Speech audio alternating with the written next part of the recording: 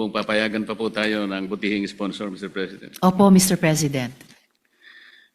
Unang-una po ay itong bahagi po ng panukala ninyo, Madam Sponsor, na ang Philippine Geriatric Center ay makikipag-collaborate sa DOH, sa PhilHealth at ganoon din sa National Commission of Senior Citizens.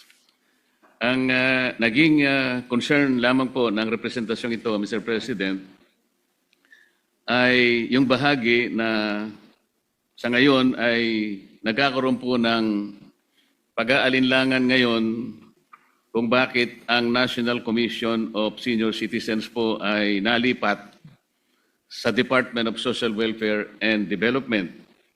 Ito po ay naging concern, Mr. President.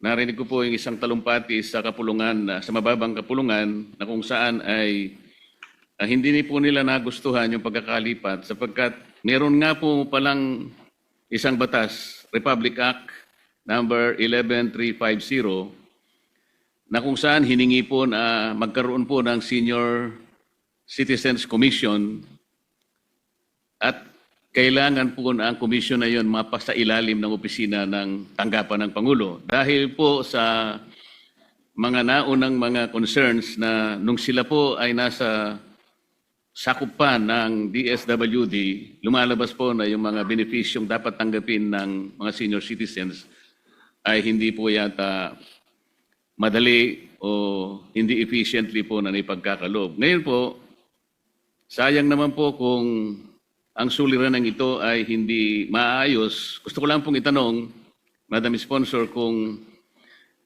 if you are able to take any action, if it is possible for you to take some steps to probably inform the Office of the President through the Executive Secretary that the original intention in the law is to have the Commission for Senior Citizens to be under the Office of the President in order to efficiently get all the benefits that they deserve. Ang nangyari po ngayon, gumawa ng Executive Order number 96, Mr. President, na kung saan yung ating Office of the President nilipat uli po sa DSWD. Kaya nagkakaroon po sila ng sentimiento sa baba, Mr. President. Baka magkaroon po kasi ng problema sa implementation and continuous improvement of the programs and services for the elderly as contemplated by the measure itself. Salamat po, Mr. President. Ako po'y nakikiisa sa pag-alala ng good gentleman mula sa Tarlac at Pampanga, lalo na common advocacy ng karamihan kung hindi man nating lahat dito sa Senado, ang usapin ng priority legislative agenda ng ating mga senior citizens o nakatatanda. At matutuwa po ako kung maihahanay nga po itong pagtalakay at harinawa at pagpasa nitong Philippine Geriatric Center Bill, alang-alang nga po sa ating mga senior citizens. Bagamat in principle, bukas na bukas ako sa mungkahin ng good gentleman na ipaalala sa Office of the President sa pamamagitan nga ng Executive Secretary kung ano yung intensyon ng batas na yun na nga po, nagpo-provide na ang NCSC ay mapailalim sa ilalim ng Office of the President. Mabuti na lamang po, at least dito po, sa sakop nitong Philippine Geriatric Center Bill, pinoprovide po na itong PGC o Philippine Geriatric Center ay magiging sa ilalim ng direct control and supervision of the Department of Health. Kaya't hindi pa man malinaw hanggat hari nawa maipasa itong panukala tungkol sa Philippine Geriatric Center, iyang mga kailangang ayusin sa pagitan ng NCSC, DSWD at OP ay pwede na rin pong ibilin sa DOH na patuloy nilang linawin ito sa mga concerned agencies para sa patuloy na pagpapatupad o pagpapatakbo ng Philippine Geriatric Center, hindi lamang po ang DOH, hindi lamang po ang PhilHealth, kundi nga po pati ang National Commission on Senior Citizens ay ganap na pwedeng lumahok sa susulong ng pagsilbi ng Philippine Geriatric Center sa ating mga senior citizens, Mr. President. Yes, Mr. President. So the only concern or the only issue that we need to convey to the Office of the President through the executive secretary is whether an executive order can prevail over a statutory law. In this case, Executive Order number 96 versus Republic Act 11350, where it is specifically mandated that the National Commission for Senior Citizens be placed under the office of the President for whatever benefits that they contemplated in creating that law. But it turned out, muli pong ibinigay ng Opisina ng Pangulo, binalik po sa dati, which have the effect of defeating the very purpose why the law was created in the first place. This is very important, Mr. President, because the last time I checked, there is another very, very similar situation in the past. I am referring to Republic Act 8740. This is an old law, Mr. President. This was enacted, I think, in 1995. Doon po yung sinasabing there was a national publishing board. At yun po ay minandate sa batas na yon na yung board na yon ay mapasa ilalim sa office ng presidente. So it is a 1995 law. Ang nangyari po in 2003, there was an executive order transferring the national book publication, parang ganun po, to the DepEd. So ang nangyari po, the mandated object of placing it under the President, dahil mas gusto po nila talaga doon because, again, of the perceived benefits under the law. Ang nangyari po, hindi natin na-develop yung ating National Book Development Board. Hanggang ngayon po, 1995, so ilan yun? About 25... 30 taon na po, good gentleman. More than 25 years after the enactment of the law, wala pa po tayong masasabing robust and viable National Book Publication Board. Dahil nga po, inilipat po sa Department of Education. So the very clear declared policy of the law was frustrated. Kaya hanggang ngayon po, yung ating publication ng mga libro ay ginagawa pa rin ng Department of Education which was prohibited under that law, Mr. President. So yun lamang po yung concern, Mr. President. If we can take some positive steps to remind the Office of the President na baka po masayang naman dahil isa pong malaking kabawasan kung yung National Commission of Senior Citizens, sila po yung subject matter ng inyong panukalang batas, the Philippine Geriatric Center, kung hindi maayos naman po yung kanilang concern ngayon.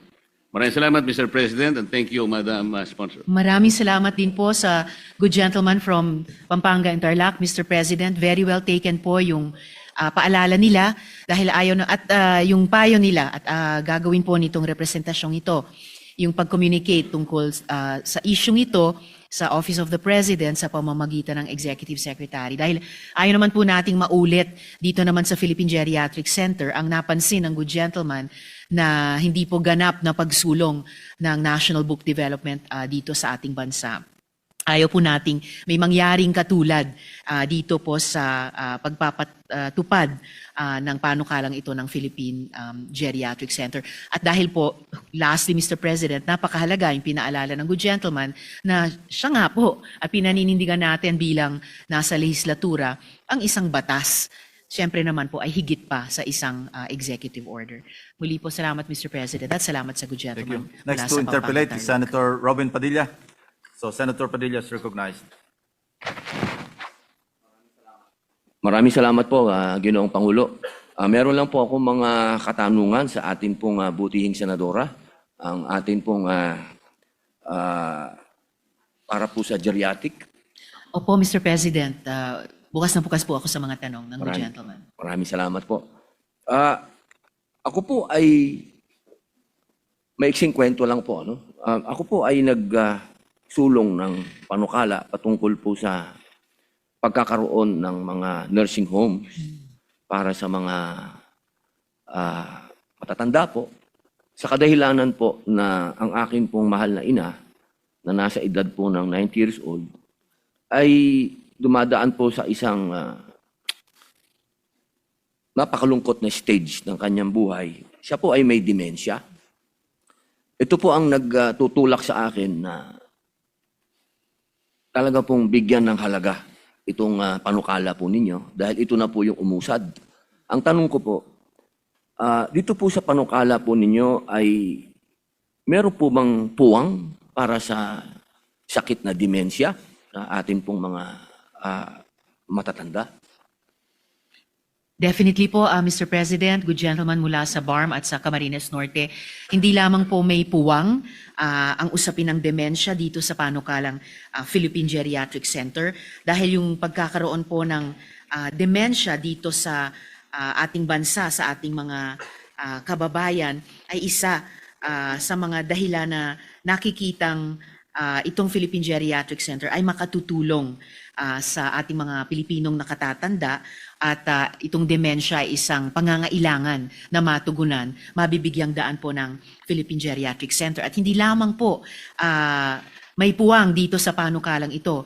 In fact, Mr. President, good gentleman, meron pong maituturing na harinawa maging companion measure ay kasalukuyang pinag-aaralan ang pag-file ng isang hiwalay pa at tukoy na National Dementia Care Policy. At ito po para siguruhin ang isang integrated, systematic at compassionate na national healthcare response sa dementia. At sa ilalim nga po ng Philippine Geriatric Center, ito naman pong tinatalakay nating panukala, may programa din po para sa dementia care at para sa memory clinic, para sa screening tungkol sa demensya na katulad po ng good gentleman sa kanilang minamahal na ina ay naging condition din po ng aking minamahal na daddy nung siya po ay buhay pa at bago po siya namatay nung nakaraang dekada, Mr. President. Opo, napakasarap pong madinig niyan sapagkat alam niyo po, Ginang Senadora, kayo po ang matatawag nating bayani ng pakikibaka. Alam niyo po,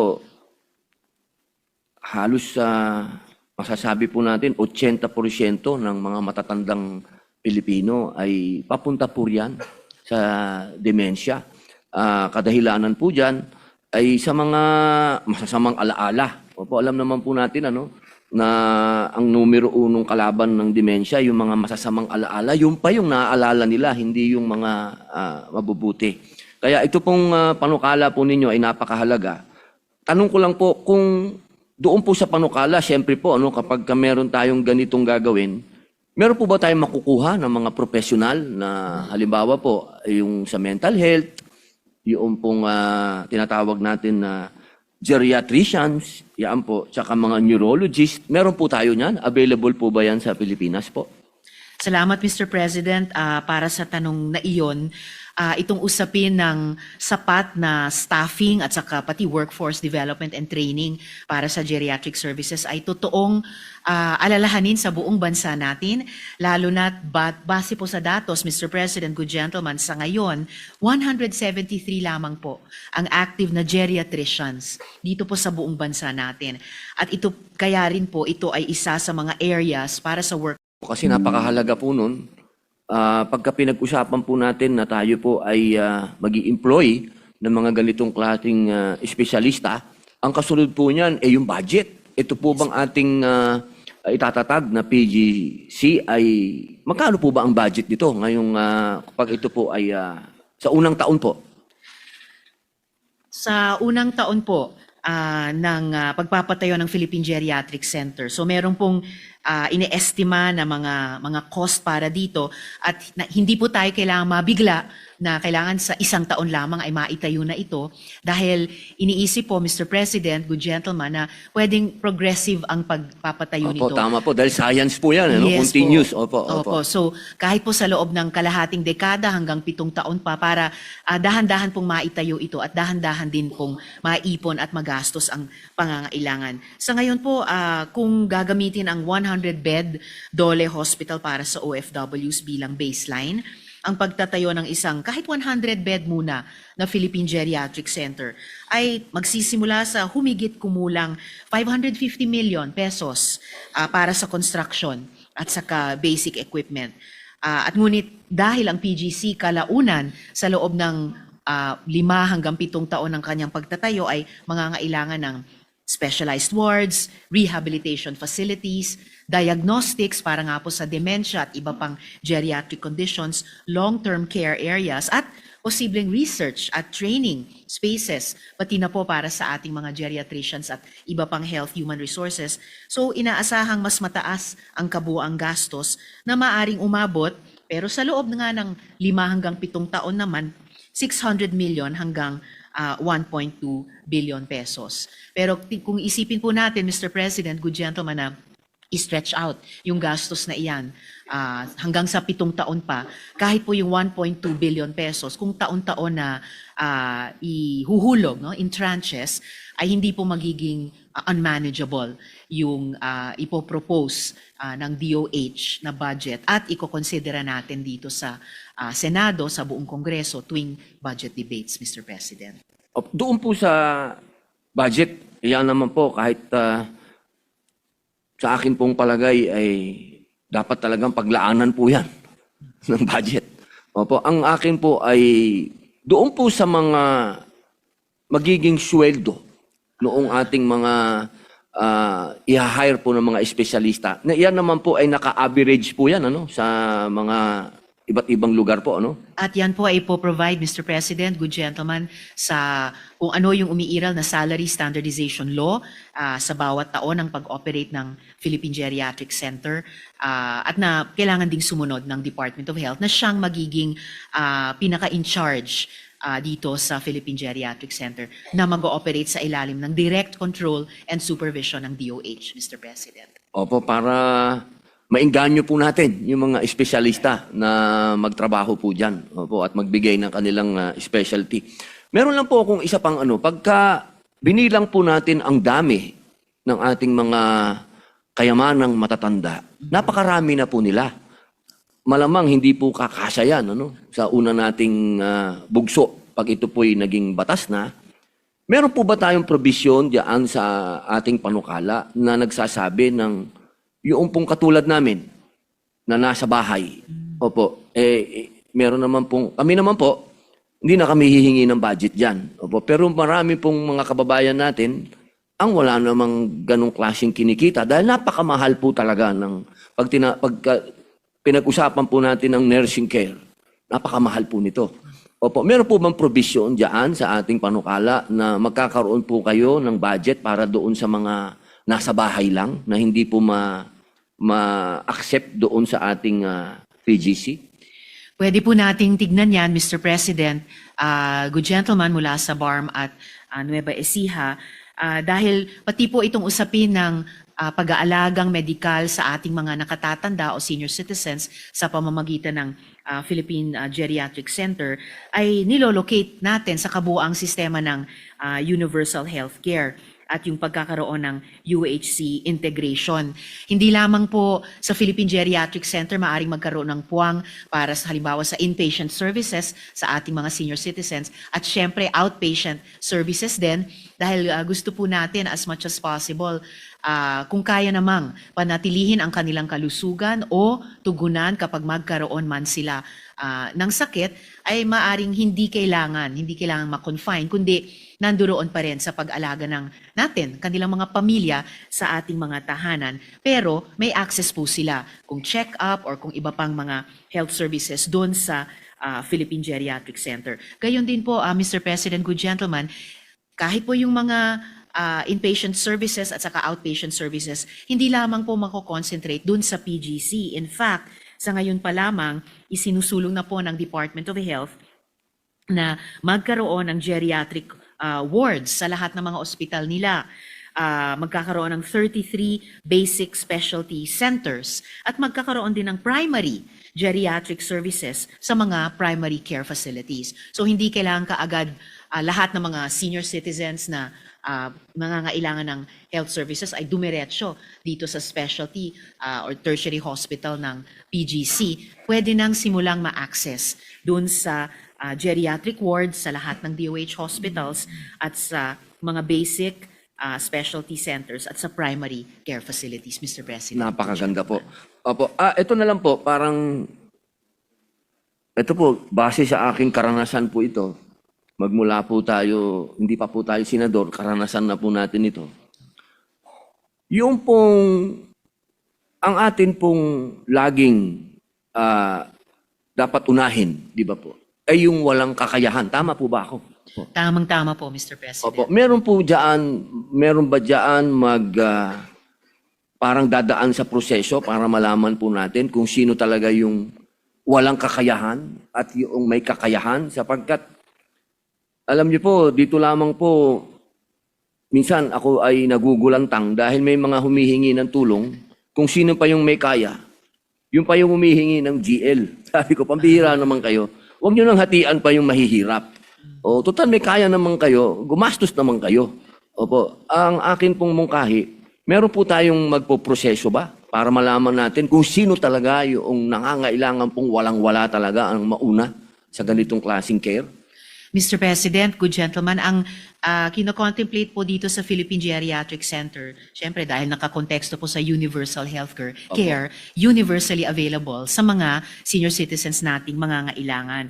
Pero sa kasalukuyan pa lang, covered po sa zero balance billing ng PhilHealth, ng MAIFIP at maging ng DOH subsidy ang gastusin. Habang sinusulong pa po natin dito, Mr. President, yung panukalang batas ng Universal Healthcare Medical Assistance Program bill. At dahil nga po magiging teaching training hospital ang Philippine Geriatric Center, may provision din para sa education and training para mas maparami at maging malawig ang bilang ng espesyalista at maging support for caregivers, Mr. President. So ito po ay siguro isang mas integrated na pagtingin sa ano ba yung kailangang sistema para maalagaan natin ang kalusugan ng ating mga senior citizens. Kaya ako po nabanggit din ang caregivers, Mr. President, dahil yun na nga po, madalas yung mga pamilyang nag-aalaga sa ating mga senior citizens, lalo na po yung mga mahihirap na pamilya, ay nangangailangan din ng suporta themselves. Kaya laan din po yung ating universal healthcare system dito, kahit sa partikular na usapin ng geriatric care, Mr. President. Opo, maraming salamat po. Maliwanag po na huling tanong na lang po, bilang alam niyo naman po, geographically, tayo ay hiwa-hiwalay na isla. Opo. Meron po bang plano ang panukala na ito ay maging regional? Itong ating geriatric centers para naman po hindi lang nakakonsentrate kung halimbawa po sa Luzon lang yan? Definitely, Mr. President. Good gentleman. Kaugnay ng nabanggit ko kanina na nagsisimula na po ang DOH na magkakaroon ng geriatric wards sa kanilang DOH hospitals. 33 out of yung 80 na DOH hospitals ay kasalukuyang ine-establish na bilang geriatric specialty centers sa pamamagitan muna ng geriatric units sa loob ng kanilang mga ospital. At ang target completion po nito, Mr. President, ay sa 2028. So sa loob nitong umaandar na 3 taon, yung mga ospital ng DOH sa iba't ibang rehiyon ng ating bansa ay yun na nga po magtataguyod na ng geriatric specialty centers sa loob nila. Ang wala po talaga sa ngayon ay isang national specialty center na kukumpas sa geriatric care and service delivery. Yun harinawa ang magiging Philippine Geriatric Center. Pero ang maganda po ngayon pa lang, Mr. President, sinisimulan na yung tinatanong at ina-advocate din ng good gentleman na hindi lamang sa geriatric center, whether dito sa Metro Manila or sa kung saang itakda, kalaunan, kundi sa lahat ng rehiyon ng ating bansa. At bakit hindi naman po, nasa buong bansa naman ang ating mga katandaan, Mr. President. Opo, maihahambing po ito sa palang Philippine Heart Center, ganyan, National Kidney, ganun po. Parang Ganun po ang mangyayari, Mr. President. Opo. Yun lamang po.